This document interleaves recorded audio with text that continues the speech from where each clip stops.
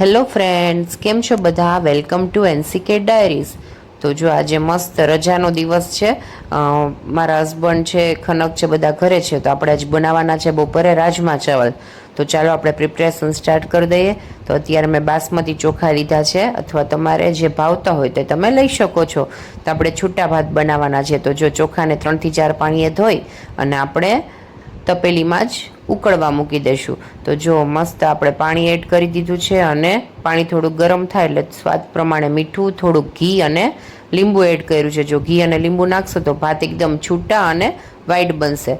તો જો કાલ રાતે મેં રાજમા પલાળી દીધા છે, તો મસ્ત સરસ પલળી ગયા છે આપણા રાજમા. તો એને પણ 2 થી 3 પાણીએ ધોઈ અને 1.5 ગ્લાસ કુકરમાં પાણી એડ કરી અને પાણી ઉકળે એટલે થોડુંક મીઠું નાખી અને આપણે એને પણ બાફવા મૂકી દઈશું. જો રાજમાં 3 થી 4 કલાક પલળ્યા હોય તો 6 થી 7 સીટી મારવાની. મેં આખી રાત પલાળ્યા છે, તો આપણે 5 સીટીમાં સરસ બફાઈ જશે. પછી જો ભાત અને રાજમાં બાફવા મૂકી દીધા છે, ત્યાં આપણે ગ્રેવી બનાવી લઈએ. તો મેં 2 ટમેટા, 2 ડુંગળી, 3 થી 4 લસણની કળી અને 2 મરચાં અને આદુનું પીંચ લઈ અને મસ્ત આપણે ક્રશ કરી લીધું છે.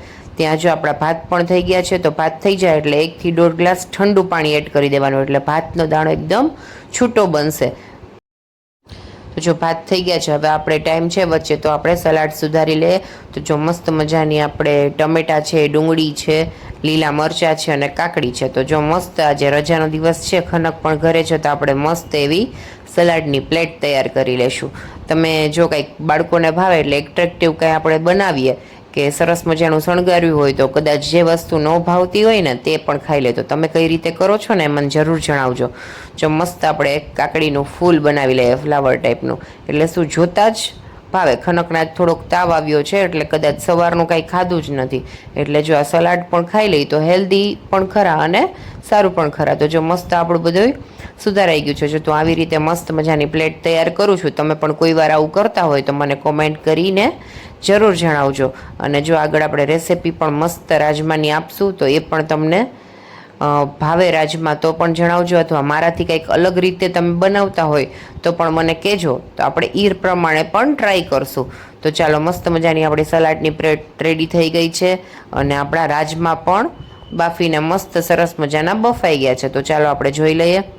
તો જો આવી રીતે આપણે હાથેથી એક રાજમાને મસ્ત એકદમ સરસ બફાઈ ગયા છે. તો ચાલો આપણે રાજમા વઘારી લઈએ. તો જો મેં એક પેન લીધું છે, એમાં થોડુંક તેલનું પ્રમાણ વધારે રાખવાનું છે, કેમ કે જે ગ્રેવીવાળું શાક હોય એમાં તેલ મરચું સરસ હોય તો જ આપણને ભાવે. તો જો આપણું સરસ મજાનું તેલ ગરમ થઈ ગયું છે, તો એમાં અડધી ચમચી જેટલી મેં જીરું એડ કર્યું છે અને હિંગ એડ કર્યું છે, અને આદુ, મરચાં, લસણ, ડુંગળી, ટમેટાની જે આપણે ગ્રેવી ક્રશ કરીને રાખી હતી તે એડ કરી દઈશું. અને ફાસ્ટ ગેસે સરસ મજાનું તેલ છૂટું પડે ત્યાં સુધી આપણે ગ્રેવીને ચલાવવાની છે. તો જો આપણે બેઝિક મસાલા એડ કરી દઈશું. મેં મીઠું અને હળદર અત્યારે એડ કર્યા છે.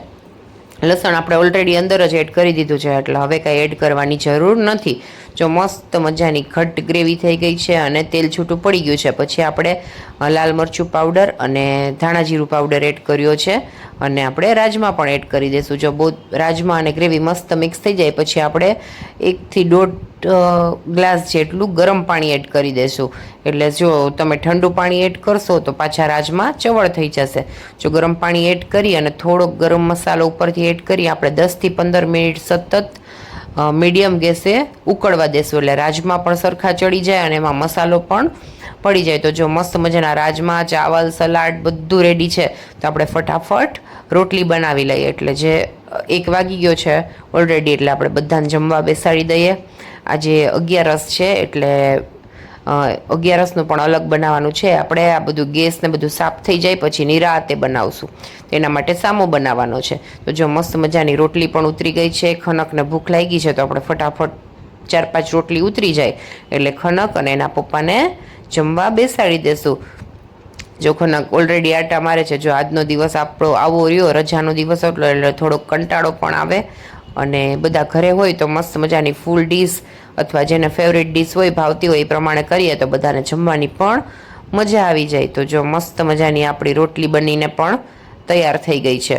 તો ચાલો આપણે હવે ડીશ રેડી કરી દે. જો મસ્ત રોટલી છે, રાજમા છે, મસ્ત છૂટા એવા સરસ મજાના રાઈસ છે અને આપણી સલાડની પ્લેટ. તો ચાલો મેં રાજમાં લેતી વખતે એમાં 1 ચમચી જેટલી મલાઈ એડ કરી છે, એનાથી ટેસ્ટ ખૂબ જ સરસ આવે છે.